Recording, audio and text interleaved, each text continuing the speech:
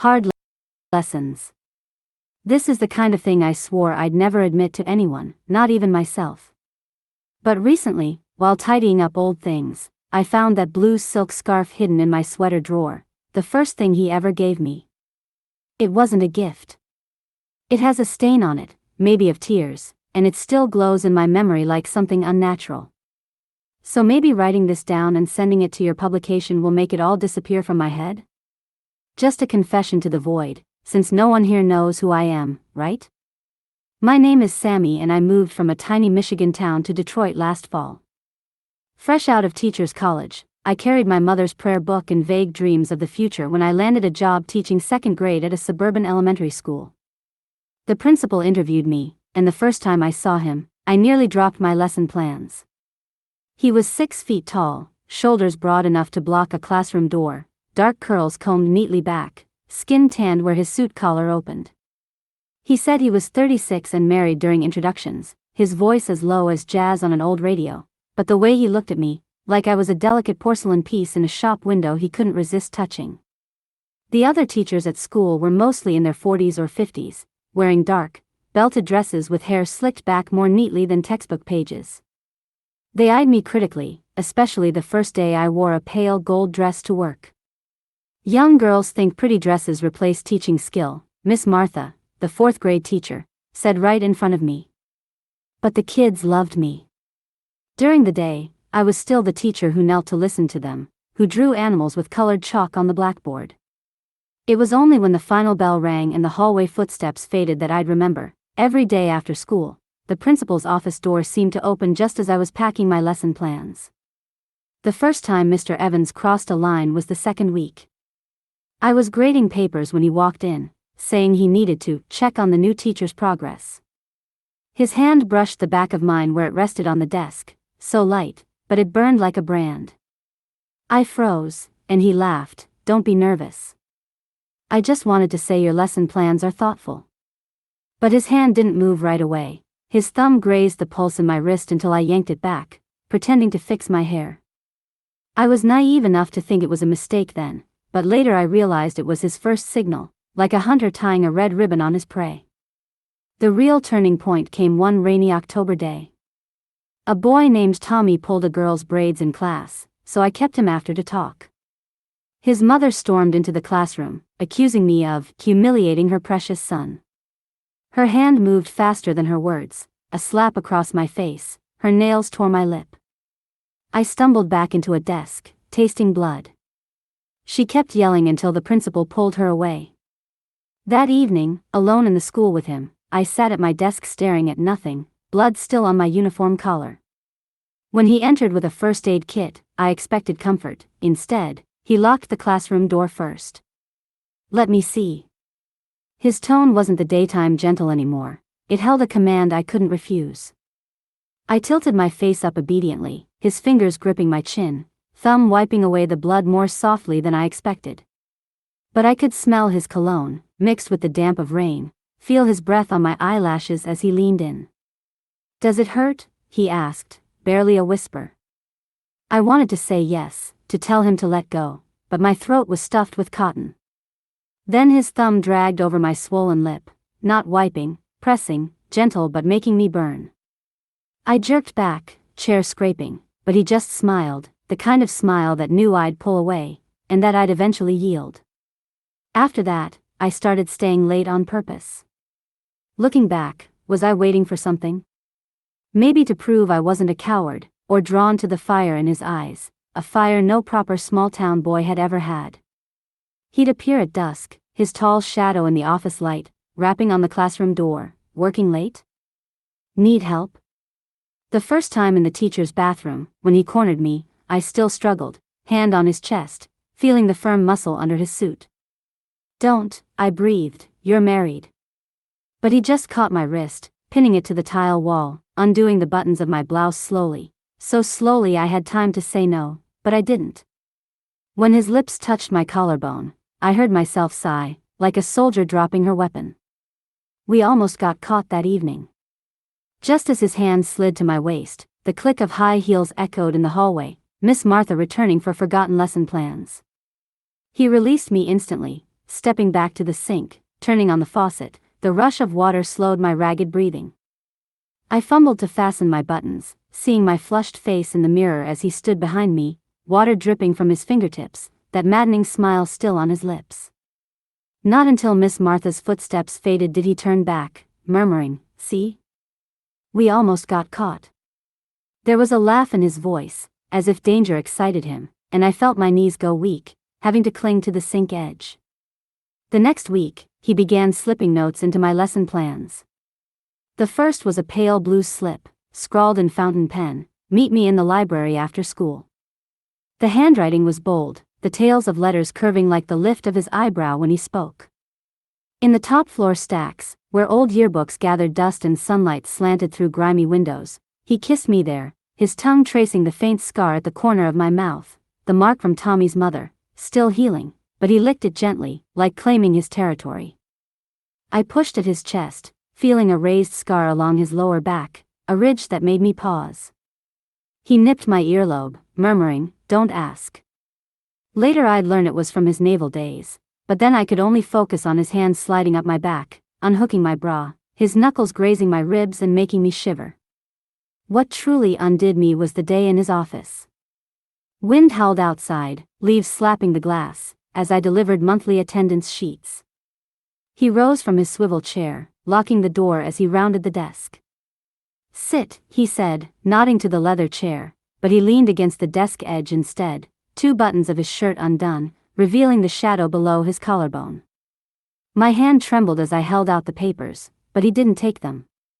Instead, he pulled me between his knees, thumb brushing the inside of my wrist. "You know," he said, "you always tie your dress too tight." As he spoke, he suddenly snapped the pearl necklace around my neck, my father's graduation gift, pearls scattering across the wooden floor. I bent to pick them up, but he pushed my shoulders, making me kneel, "Start with the largest one." But when I reached, his hand was quicker, tilting my chin up, thumbs swiping my lower lip. "Truth is, I prefer you without these." What followed, I can't dwell on, only remember the coolness of the leather chair against my knees, the wind still howling outside, his breath growing heavier in my ear as he said, "Say my name." I opened my mouth, no sound coming, until he crushed me against him, as if trying to melt me into his bones, and in that moment, I thought maybe being ruined by him was fate. The week before the villa party had been tedious all week. All the teachers had been invited to the principal's villa home at the edge of town for a teacher's party. Nobody seemed to be excited about the party except for me. The other teachers never even mentioned it. Every time the principal passed me in the hallway, his fingertips would brush my waistline, a low murmur, "Wear the blue dress this weekend. Lower top." I obeyed, even buying matching silk garters at the department store, the straps biting into my thighs as I walked, making me flush. That Saturday night when I arrived at the villa, I was shocked to find that it was only us. Nobody had showed up. The lights in the house were dark. A flicker of dread returned to my mind. I told him I would leave, but he grabbed my arm and started to lead me. I didn't resist. Descending to the basement, the bulb flickered yellow, the lock clicking like a heavy heartbeat. The door opened to Miss Martha and the others teachers standing in shadows, and then I knew, every touch, every after-school, chance, meeting, had been a slow taming, leading to this. I was almost too shocked to speak. "What is the meaning of this?" I yelled this out. The other teachers had grins on the faces and said nothing. The principal said in a low voice, "Initiation." Their stares were ice picks. Then Miss Martha came forward and tugged at my earrings, sneering, "Look at this little temptress." The principal stood by, unbuttoning his suit jacket, eyes blazing. I tried to run, but he shoved me into a chair, silk ropes, the same deep blue as my garters, binding my wrists. "Now you understand," he murmured, leaning in, "everyone here knows you're mine." His hand slid up my inner thigh, tearing the garter away roughly, making me gasp, as the other women watched, their eyes stripping me bare. I wanted to die from shame, yet amid the chaos, a sick thrill pulsed, when his palm clamped over my waist, when pain and pleasure blurred. I heard a moan escape me, a sound foreign and raw, like something splitting open from deep inside. He slowly undid my blouse, claiming every inch of my chest. The others just stared. He then took a silk scarf and blindfolded my eyes. From then on, unthinkable things happened. He made me give him pleasure, rough, probing and forceful. I was choking but secretly gushing down in my secret place. He finished with a huge explosion and held my head in place. Then untied me from the chair and then tied me to what I imagined was a short table. I was face down, hands tied, and he proceeded to unzip my pencil skirt. His tongue was exploring all parts of my bottom and even probing in and out, bringing me to the brink of ecstasy. Then I could hear him adjusting himself to mount me from behind. He grabbed my hips so hard the pain was sharp. From there he did unthinkable things. He was aggressive and forceful, slapping and biting. He spanked me hard and called me dirty names. Pulling on my hair, he rode me like a horse. My mind was exploding with pleasure and shame at the same time.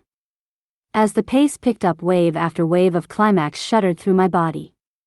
Each one with me screaming, and I could hear the room laughing with glee. He went even faster until he exploded inside me, giving me all of his power. He fell over my back breathing heavily, me doing the same. What was this? Who am I? I didn't know anymore. I remember being cleaned up with my blindfold still on. I was taken back outside and put in a car and taken home. The blindfold only came off in front of my door. No talk, just business, just silence. I couldn't sleep that night, playing the events over and over in my head. After that, I dreaded weekends yet craved them. He'd tuck the next invitation into my lesson plans on Mondays, sometimes a rose-drawn card, sometimes just Friday 7 p.m. Bus depot. The bus depot encounter came on a rainy night, metal bus bodies cold against my back, rain dripping down my neck as his hands slid under my skirt, fingers icy but setting me alight. Someone could come, I whispered, eyeing the distant street lamp, but he laughed. Old George is deaf as a post. His thumb pressed the indentation from my garters, squeezing hard enough to make me yelp, then his mouth was on mine, swallowing the sound, tongue tangling with the taste of rain, his other hand fumbling with his belt, the metal click deafening in the silence. Just then, a car engine rumbled nearby. I pushed him sharply, hard in my throat, but he pulled me into the bus's shadow, pressing my head to his chest. Quiet, darling. As headlights swept the lot, I held my breath, his heartbeat hammering faster than my own, and in that moment, fear and excitement burned like liquor in my veins. I didn't know whether I wanted to flee or cling closer. The final encounter came the day before winter break, a blizzard howling outside so violently the school's radiators rattled with each gust. I'd stayed late to finish decorating the classroom tree, stringing popcorn garlands while snow piled against the windows like whipped cream. He'd sent me a note earlier, wait for me in the auditorium, but I'd almost ignored it, still raw from the encounter a week prior. But when the door creaked open and he stepped in, coat dusted with snow, cheeks flushed from the cold, something in my chest clenched not to go to him. The auditorium was pitch black except for the exit sign's green glow, rows of wooden chairs like silent spectators. He didn't speak at first, just crossed the stage in 3 long strides, grabbed my waist, and spun me until my back hit the curtained wall. The fabric smelled of mothballs and old paint, but his scent, cedar and mint, overwhelmed it, his breath hot on my neck as he murmured, "You've been avoiding me." It wasn't a question. His thigh pushed between mine, knee nudging higher until I gasped, the popcorn garland slipping from my hands to the floor with a faint rustle. "I saw you," he said, teeth grazing my collarbone through my sweater, "in the teacher's lounge today. You flinched when I smiled at you. Do you think I don't notice?" His hand slid up my side, thumb brushing the peak of my breast through the thin wool, and despite everything, despite the photo of his wife I'd seen that morning, tucked in his wallet when he'd pulled out a tissue, I arched into him, traitorous body remembering how he'd made me feel seen in ways no one else ever had. "You think you can just walk away?" he whispered, fingers slipping under my skirt, tracing the elastic of my stockings where they clung to my thighs. "After everything we've done? The things you've let me do to you?" I should have pushed him away. Should have said, "I'm not yours to command anymore." But when his palm covered my slit through my panties, pressing hard enough to make me shudder, all I could manage was a weak, "Someone could," before he cut me off, tongue in my mouth, hand working faster, the other unbuttoning my blouse with practiced ease. The cold air hit my skin as he yanked the fabric aside, mouth closing over my nipple, teeth scraping just enough to hurt. I bit my lip to stifle a moan, staring up at the rafters where shadows danced from the exit sign, imagining the janitor downstairs, oblivious, while I unraveled in the dark like a spool of thread. He turned me then, pressing my chest to the curtain, my breath fogging the fabric as he fumbled with his belt, the sound of metal sliding against leather making my pulse race. "Look at you," he breathed, hand tangled in my hair, pulling my head back so I had to stare at the empty rows below. "So good for me even when you're pretending to hate it. You love this, don't you? The risk of being caught? Of someone seeing how much of a slut you are for me?" His words were cruel, but his tone was reverent, thumbs swiping over my lips before pushing inside, making me taste myself as he lined himself up behind me. I should have hated him for it, for reducing me to this, a thing to be used in the dark. But when he thrust forward, slow and relentless, filling me until I ached, all I could think was how perfectly he fit, how every nerve ending screamed finally after a week of denial. He filled me up so completely that I never thought I would be filled up like this again. The slapping sounds grew louder as he rammed me, his free hand clamping over my mouth to muffle the sounds I couldn't hold back, each thrust hitting deeper, angling just right until my knees threatened to give out. "That's it," he groaned into my ear, "let go. I know you want to." And I did, oh, God, I did, climaxing so hard I saw stars, even as shame burned in my gut, knowing this was the pinnacle of my fall, the moment I'd never be able to forgive myself for. Good girl," he said as he sped up his pace. He kept saying it, "good girl," until I heard him grunt louder and louder, and that's when he blew up inside me. The explosion I could feel all the way to my shoulders. It was like a series of thuds in my womb and the wetness afterwards. It was gushing out of me, rolling down over my butt. It was surreal and amazing. I felt like I was flying in a dream, so complete and yet like there was nothing of myself that I still owned. I had given myself completely to him. Just after he reached his peak, the auditorium door creaked open downstairs, a flashlight beam sweeping the seats. He froze, his thick stiffness still buried in me, breath shallow against my neck. I held mine, praying the janitor would think the noise was the wind, that he'd leave without checking the stage. For a heartbeat that lasted an eternity, the light lingered on the popcorn garland I'd dropped, then moved away, the door shutting with a distant click. He laughed then, low and shaky, pressing a kiss to the back of my neck as he pulled out, murmuring, "See? We're meant to be like this. Dangerous. Undiscovered." But something in that laugh, too triumphant, too sure, snapped the last thread of my delusion. As he turned to fasten his belt, I buttoned my blouse with trembling hands, retrieving the hairpin he'd knocked loose during the encounter. It wasn't the pearl one, this was a simple brass thing, but it reminded me of who I'd been before him, someone who believed in rules, in right and wrong, in a future that didn't involve hiding in shadows. When he reached for me again, I stepped back, clutching my coat to my chest. "I'm not coming back after break," I said, voice steadier than I felt. His smile faltered, just for a second, before he tried to pull me close, but I dodged him, backing toward the stage steps. "I can't do this anymore. I won't." He called my name as I ran, the sound echoing in the cavernous room, but I didn't look back, didn't stop until I was outside, snowflakes sticking to my lashes, the cold air a welcome slap to my fevered skin. That night, I packed quickly, shoving dresses and textbooks into my suitcase, the blue scarf left deliberately on the kitchen table. No more secrets, no more tokens. The train ride south was silent, the only sound the rhythm of wheels on tracks, but in my mind, I could still feel his hands on me, hear his voice in the dark. I knew the memories wouldn't fade easily, that parts of me would always linger in that auditorium, in the basement, in the shadow of his smile. But for the first time in months, I felt something like hope, faint, fragile, but real, because even if I couldn't erase what I'd done, I could choose not to let it define me anymore. Now I'm in another city, teaching sweet children, life quiet again. But at night, I dream of his shadow in the classroom doorway, that smile that unraveled me. I know some secrets never fully heal, they're like thorns under the skin, pricking at the memory of how far I fell, how willingly. Maybe writing this is my penance. To anyone reading, don't let whispers of forbidden things lead you astray. Some roads, once walked, have no way back.